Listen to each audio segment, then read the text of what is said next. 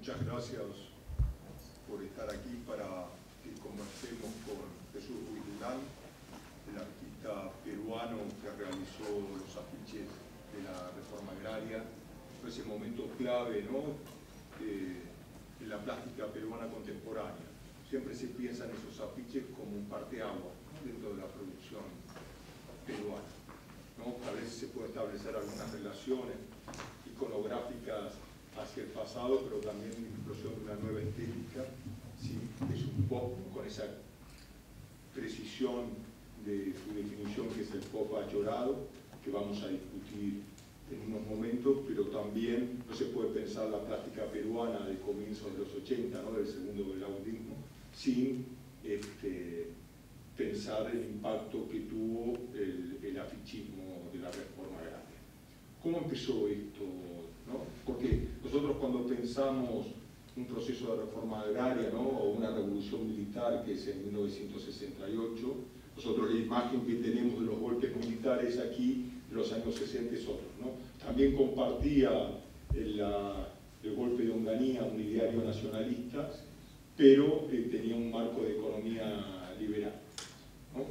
Uno recuerda, en cambio, el gobierno de Velasco gira rápidamente a posiciones, como se decía en esa época, ni yanquis ni comunistas, sino a través de un movimiento no alineado, ¿no?, con algún modelo tal vez de Nasser, de Egipto, ¿no?, un modelo que se venía a pensar el tercer mundo e implanta las reformas más radicales de la historia del Perú. ¿Cómo fue el participar en ese proceso desde la propaganda?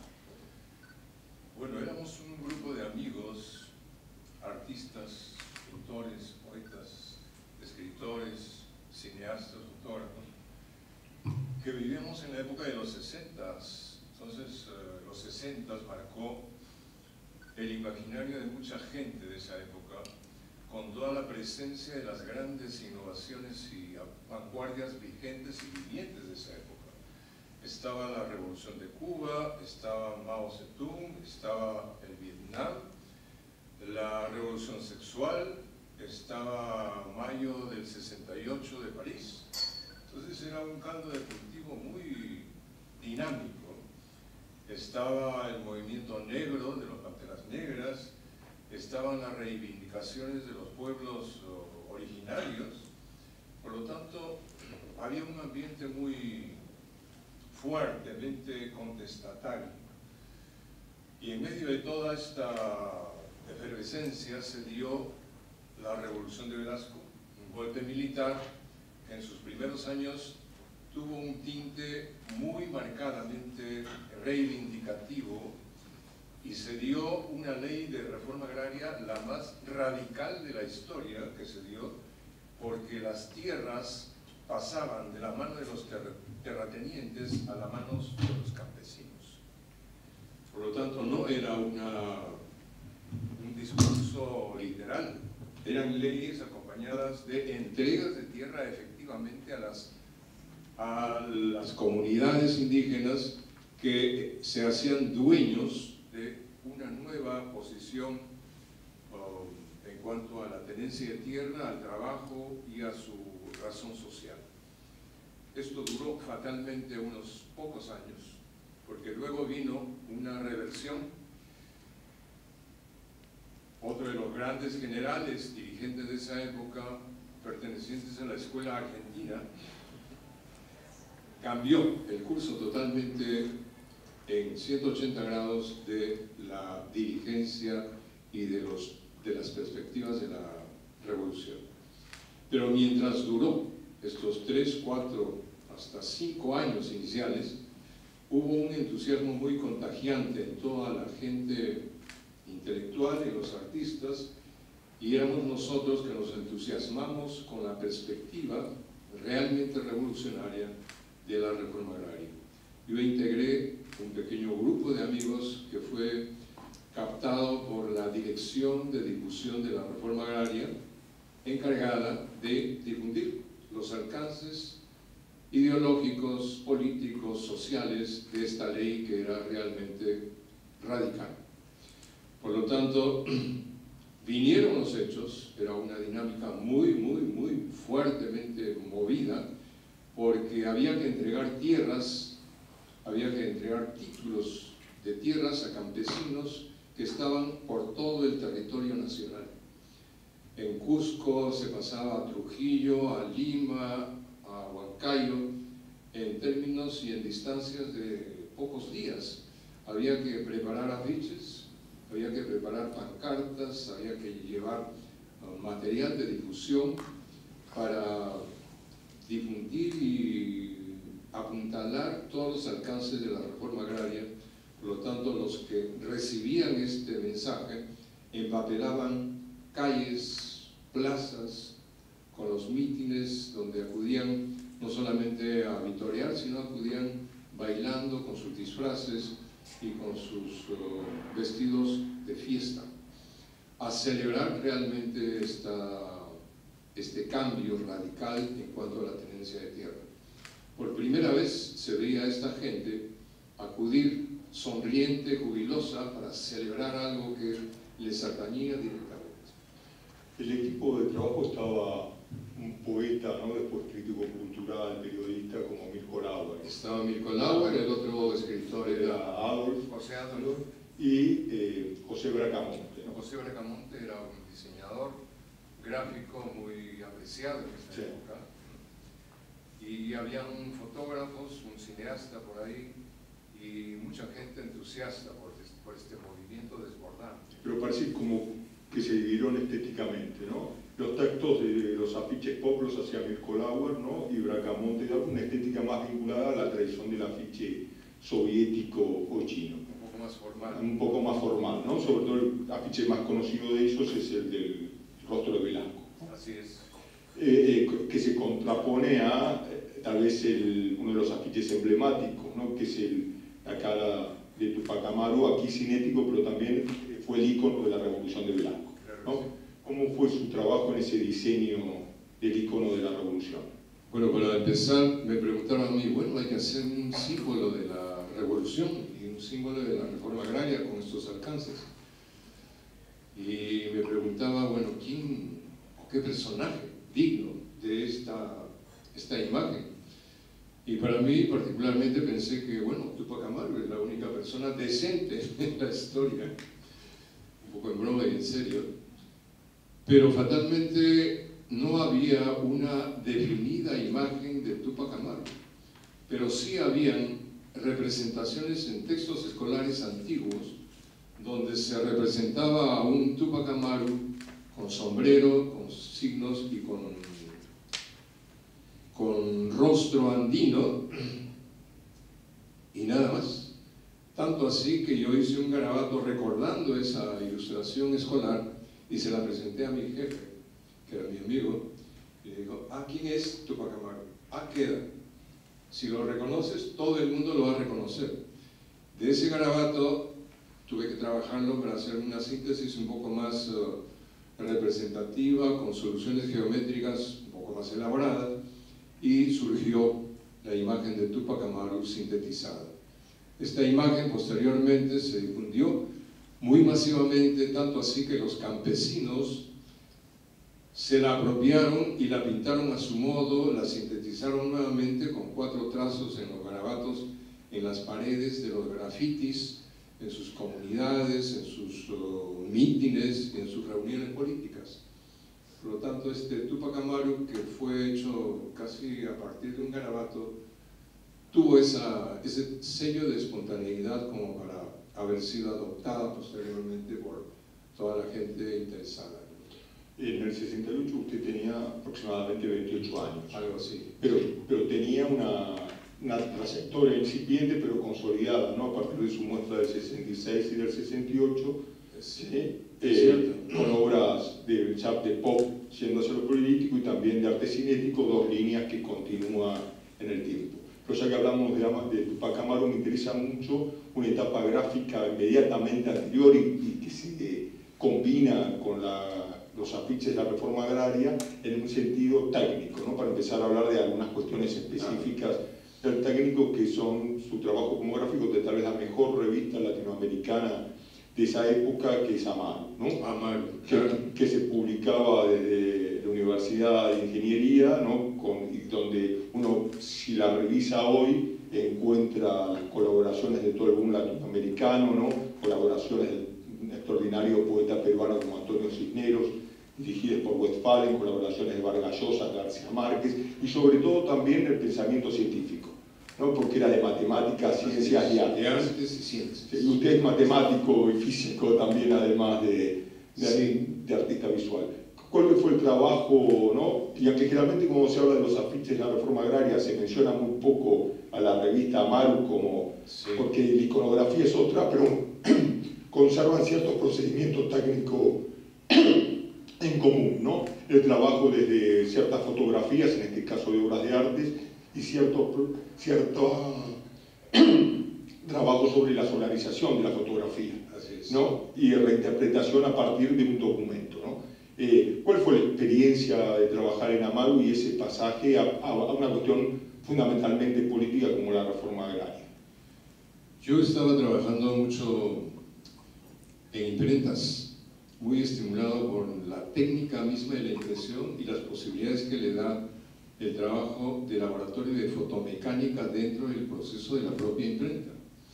Estaba interesado en el pop, naturalmente, había hecho una exposición de arte óptico, pop y arte cinético.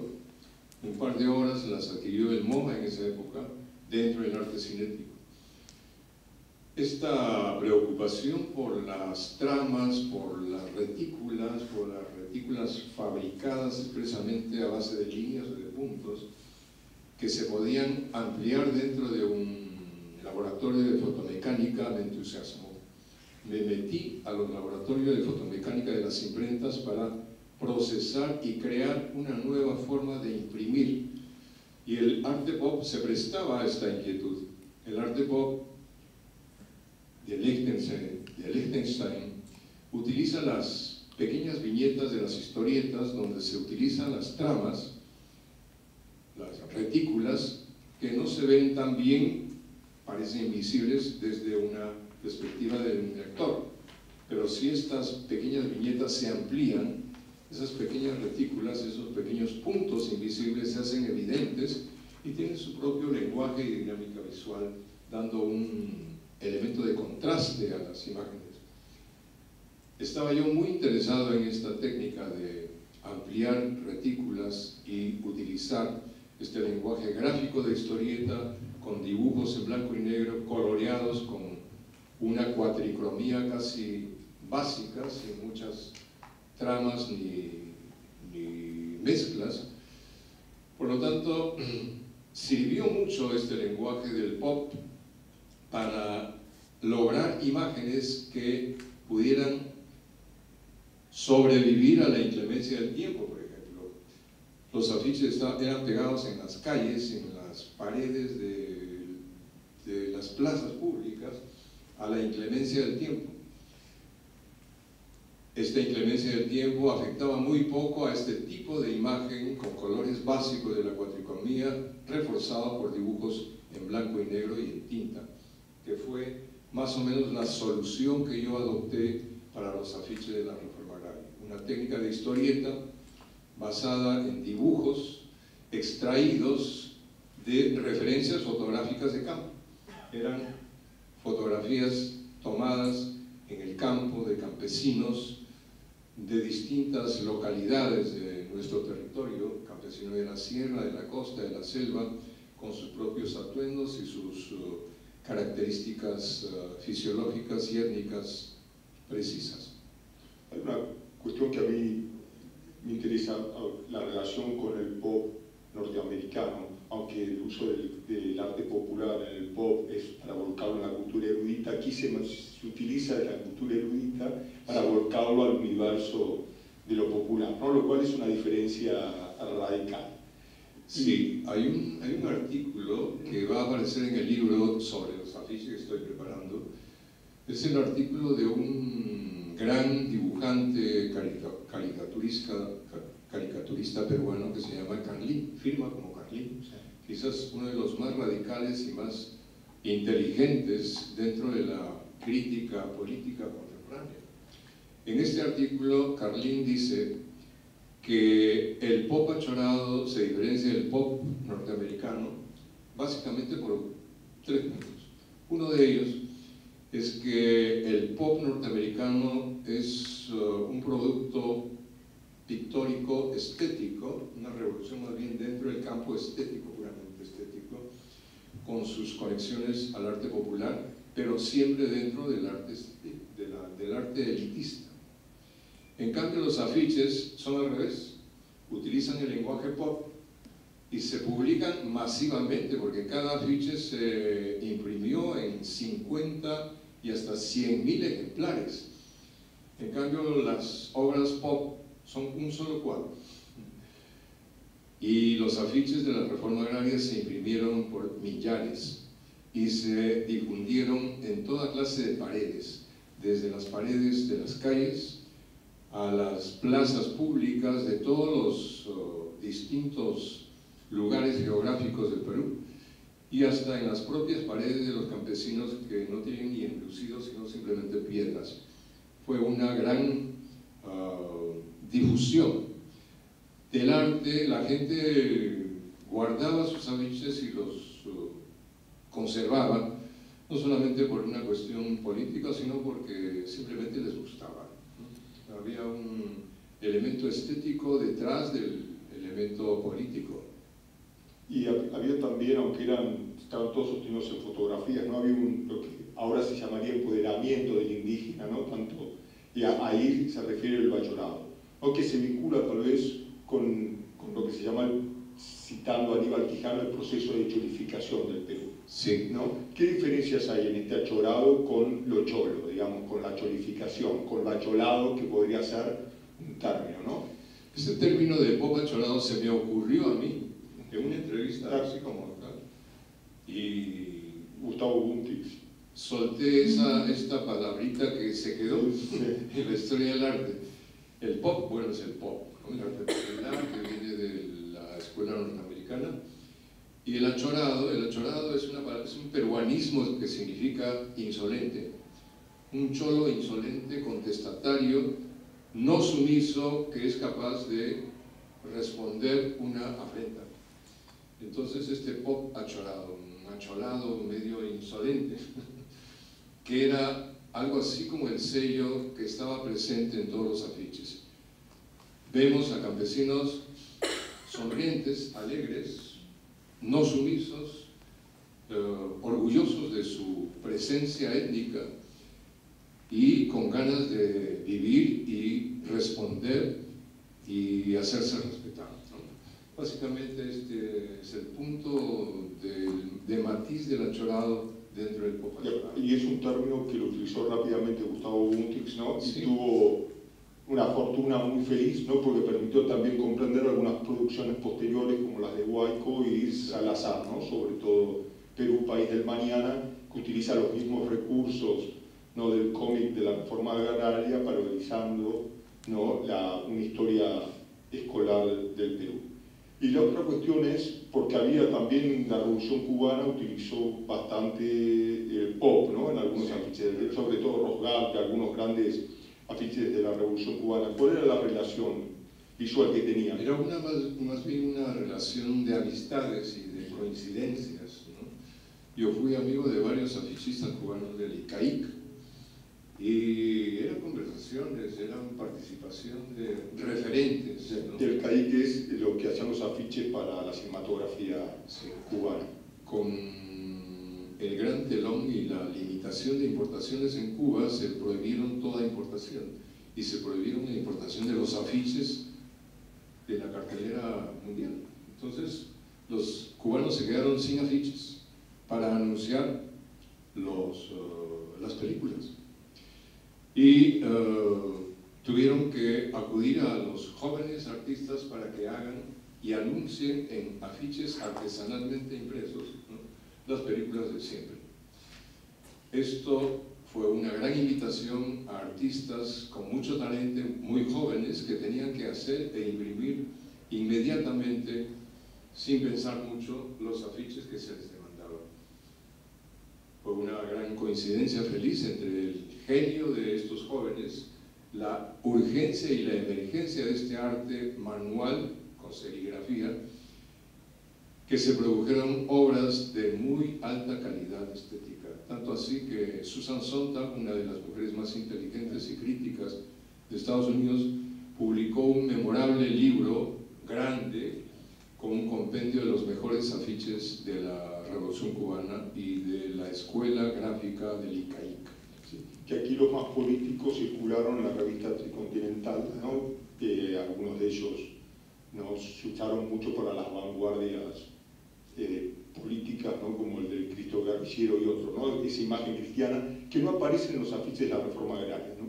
Si uno piensa que la etapa del gobierno de Velasco también es el del origen de la teología de la liberación y cierta tradición dentro del marxismo peruano de Mariate y Arguedas, donde había una mirada no atea ni anticlerical muy fuerte hacia la religiosidad popular, como lo veían como estructural de las clases populares peruanas, cómo es la relación, ¿no? Porque sorprende a veces también en los afiches de la reforma agraria, que a un punto que generalmente no se menciona, no se analiza, que no hay ningún símbolo religioso, ¿no?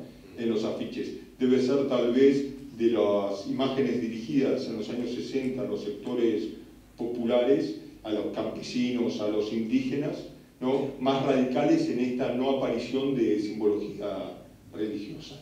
En efecto, sí, no había reparado que ni en los afiches cubanos, ¿no? Porque digo, elaboró el afiche del Cristo guerrillero, que fue como un emblema del afichismo político en América Latina. El tema religioso estaba como de trasfondo, pero muy de lejos. Incluso yo fui invitado por la Reunión Mundial de Iglesias a Puerto Rico, dentro de esta época de los 70s, a un congreso de afichistas y de gráficos latinoamericanos, convocado por la iglesia, pero ninguno de los gráficos y artistas habíamos hecho un solo afiche con referencia a la iglesia. Sí, todos eran políticos. Y es interesante, ¿no? Porque recordemos en el 68 el padre Gutiérrez, ¿no? Se levanta en Chimbote con la teología, la reforma latinoamericana de la liberación. No, y no hay rasgos de eso en el proceso de la propaganda de Velasco. En ese momento no, pero yo estuve luego en la reforma educativa, sí, y hicimos una revista muy difundida que se llamaba Educación. Y en esta revista se publicaba toda la vanguardia en cuanto al pensamiento educativo contestatario de toda Latinoamérica. Estaba Cardenal, Paulo Freire y todos los intelectuales que estaban propiciando y propugnando una nueva forma de educación liberadora, de educación para la libertad. Dentro de este discurso sí había la presencia de la teología de la liberación, pero no en primer plano, ¿no? Había un artículo de Cardenal, por ejemplo, muy frecuentes en la revista, pero no era una presencia de la salvación mediante la religión. Porque si uno piensa, hablando de Cardenal, ¿no? El proceso de la reforma en el 72 declina, en el 75, y después con la enfermedad de Velasco Alvarado y su reemplazo por Bermúdez, que clausura el proceso revolucionario. Si uno piensa en la revolución de Nicaragua, que se está desarrollando en ese tiempo y se consolida en el 79, iconografía revolucionaria es fundamentalmente cristiana. Yo creo que hay como un paréntesis, ¿no? en la iconografía dirigida a los campesinos y al mundo indígena, completamente laica, ¿no? Eso creo que es una particularidad de los afiches. Incluso el discurso de los propios sacerdotes entusiastas por esta teología no mencionaba mucho ni a Cristo ni a la salvación. Era más bien una preocupación social, ¿no? De reivindicación. Bueno, la decisión entre lo público y lo privado, ¿no? Sí. La otra cuestión que me interesa, ¿no? ¿Cómo era la vida cotidiana en el taller, ¿no? En el pensamiento, la rapidez con que se hacían los afiches, cómo funcionaba la distribución, qué relación había, ¿no? Porque es conocido su artículo en la revista Sociedad y Política, ¿no? Del 72, que es su ruptura, ¿no? Podemos decir ruptura con el trabajo en los equipos de difusión de la reforma agraria. En efecto, sí. ¿Cómo era la vida cotidiana, ¿no? Que lo lleva a esa ruptura después. ¿Sí? En los 70, 72 creo que sí, apareció la revista Sociedad y Política de mi amigo Aníbal Quijano, que era el enemigo político de Carlos Delgado, que era asesor del general Velasco, y tenía mucha fuerza dentro de algo que devino en una organización política que se llamó Sinamos. Sinamos era manejado por Carlos Delgado. A mi regreso de mis estudios en Nueva York, en cine animado, me llama Carlos Delgado y me dice: oye, tú has publicado un artículo en una revista enemiga. Le digo: no es enemiga, ¿te ha gustado mi artículo? Sí, sí, muy bueno, pero no deberías haber publicado en esa revista. Yo la he diseñado y la he publicado, le digo, porque estoy de acuerdo con las críticas de un nivel crítico bastante constructivo. Y ese fue el momento de ruptura. Si tú estás tan sensible con mi presencia en esta revista, no voy a trabajar más en esta organización y me retiro, porque yo no considero que sea un enemigo, sino una crítica donde hay que recordar y hay que rescatar elementos importantes, constructivos. Y fue mi ruptura con Sinamos y con la reforma agraria en ese momento que comenzaba ya a declinar. Y pasé a otra línea de la revolución de esa época, que fue la reforma educativa. Y también al fiche para la minería, ¿no? Para el minería. Sí, tuvieron reivindicaciones interesantes en el Ministerio de Industrias con la nacionalización de la gran minería, y me llamaron para hacer algunos afiches también de esa temática. También tuve una experiencia en Nueva York con los Pantera Negra, ¿no? Sí. ¿Cómo fue eso? Bueno, la invitación a Puerto Rico por esta organización de iglesias mundiales. Llegué a Puerto Rico, trabajé con Antonio Martorell, un artista famoso hasta ahora, es muy vigente, de vanguardia, que había armado un pequeño taller de serigrafía en medio de un infierno, de un poblado marginal de Puerto Rico, donde estaba habitado por gente que regresaba de la guerra de Vietnam, casi todos adictos a drogas como heroína. Era gente muy, muy marginal, y en medio de este mundillo marginal, Antonio Martorell armó un pequeño taller de serigrafía, captando a los chicos que vagaban por ahí, donde veían en esta técnica de la serigrafía una posibilidad para imprimir sus creaciones. Imprimían sus afiches, imprimían polos que podían venderlos, poleras, ¿cómo le llaman ustedes? Remeras, y banderines, qué sé yo. Y captó así una pequeña tropa de pequeños jóvenes delincuentes que estaban entusiasmadísimos por trabajar en esta nueva técnica, donde ellos mismos dibujaban, imprimían, distribuían, vendían sus impresiones, tanto para banderines en tela o en afiches o en calcomanías que podían comercializar. Este pequeño núcleo de artistas a estas alturas ha producido una gran cantidad de artistas ya de renombre, esta escuela de Martorell. Y en esa época, y ahora también, San Juan estaba conectada con Nueva York, y la gente que vivía en San Juan vivía en Nueva York. Los pasajes costaban $50 ida y vuelta de San Juan a Nueva York, y la gente vivía prácticamente en las dos ciudades. Me invitaron a ir a Nueva York y estuve en contacto con la comunidad puertorriqueña, contestataria en esa época, que, siguiendo el ejemplo de los Panteras Negras, una organización política negra, hicieron su propia organización política que le llamaron los Young Lords. Eran jóvenes norteamericanos puertorriqueños muy conscientes de sus reivindicaciones independentistas y también raciales étnicas. Y los Young Lords estaban conectados con los Panteras Negras. Yo llegué a ese caldo de cultivo político y artístico y trabajaba con los dos grupos, ¿no? Muy entusiastamente. Conocí a toda la gente de esa época con felicidad. Y su producción, ¿no? Pues siguen las dos líneas, ¿no? La del pop político y la del arte cinético, que se cruzan bastante en algún de los afiches de la reforma agraria, ¿no? ¿Cuáles son sus líneas de trabajo ahora?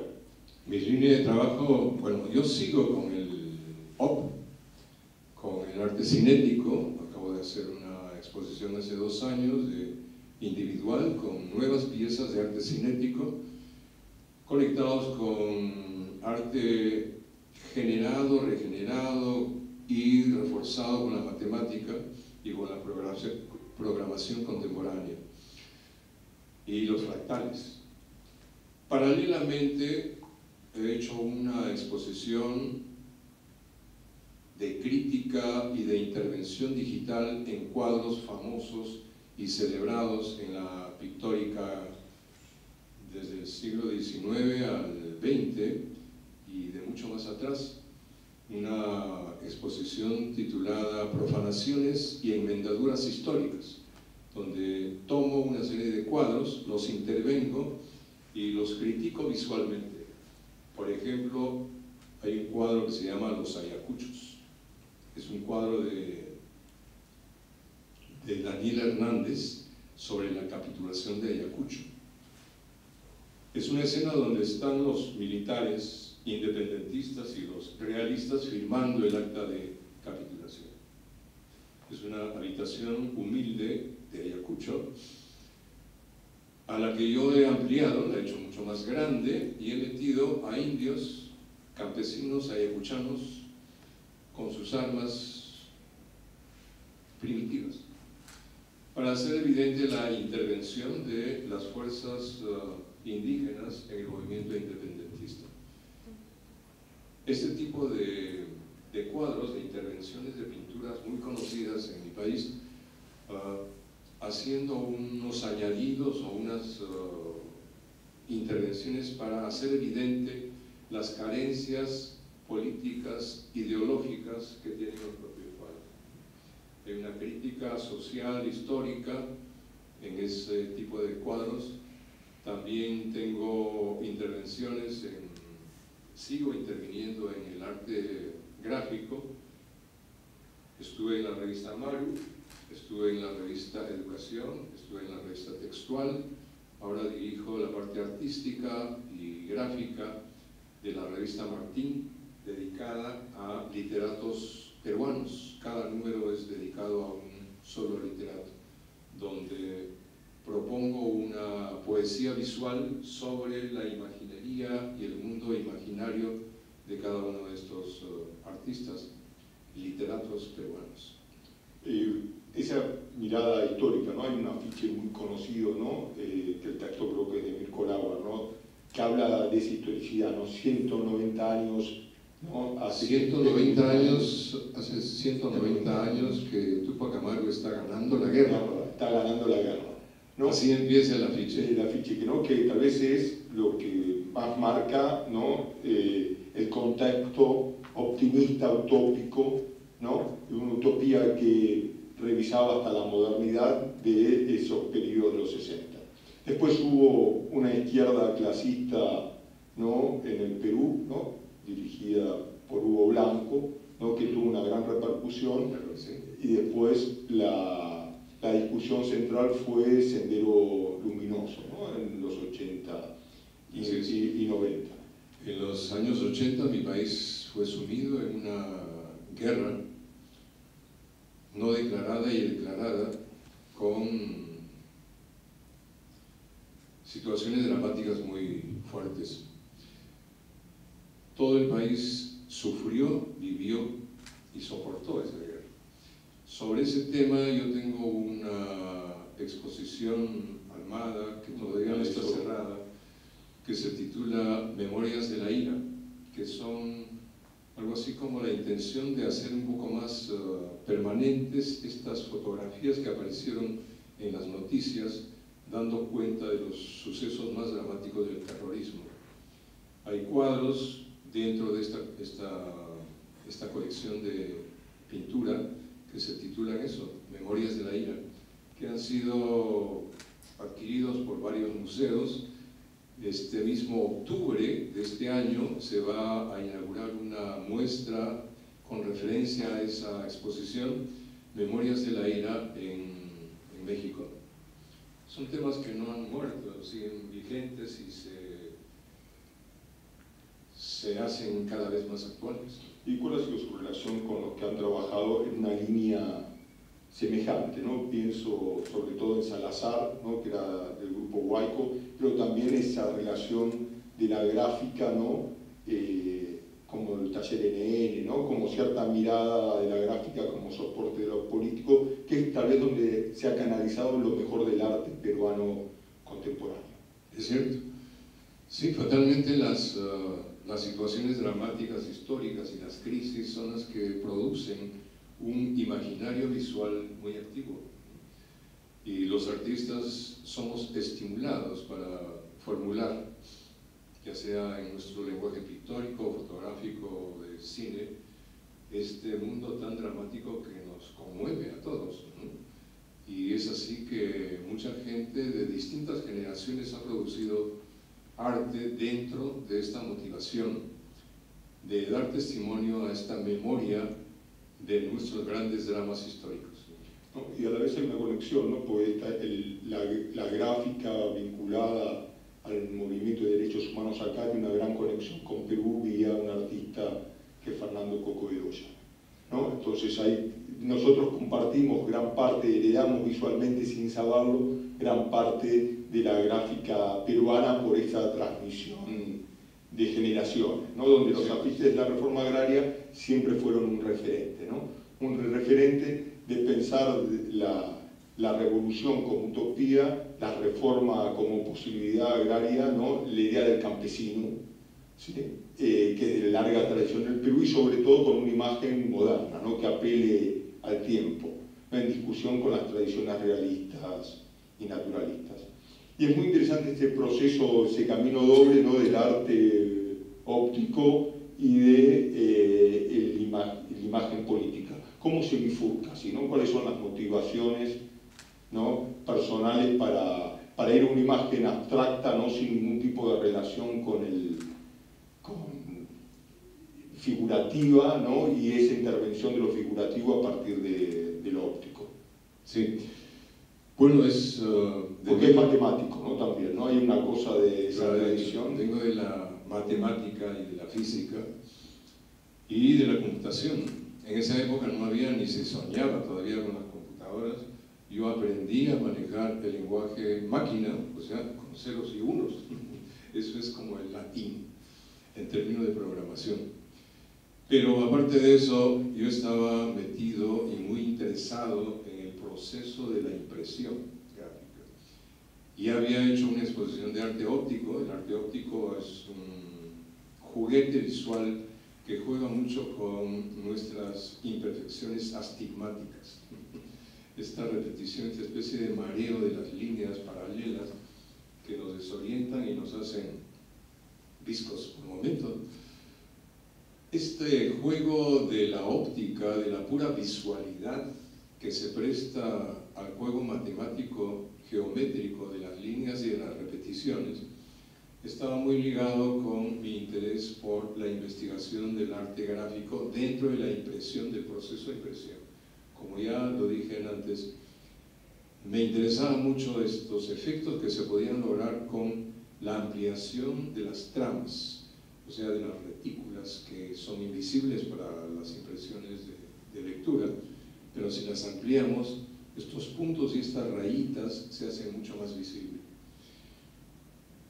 Dentro de la fotomecánica se puede hacer miles de juguetes en términos de sacar un positivo, un negativo, tramarlo, hacerle la contraluz, comenzar a hacer sándwiches con estos negativos, alterar el orden y combinar los positivos y los negativos y se logran a partir de una sola imagen, con estos tramados y estos múltiples registros y su intercalación diferente en orden y en número, se pueden lograr cientos de imágenes.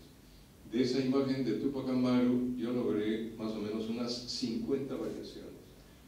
Una de ellas fue a dar en los afiches de estos de los 190 años, y luego están los registros con los juegos geométricos de luces, sombras, tramados en positivo y negativo, es decir, dentro de las posibilidades geométricas de los logros son casi infinitas, ¿no?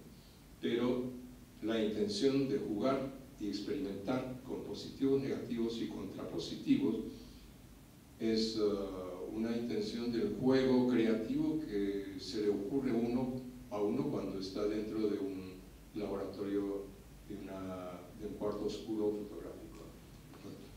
¿Alguna pregunta? ¿Sí? ¿No? ¿Puede ser alguna pregunta? Estamos ya en tiempo, ¿sí? ¿No? No veo bien. ¿Puedo alcanzar el micrófono?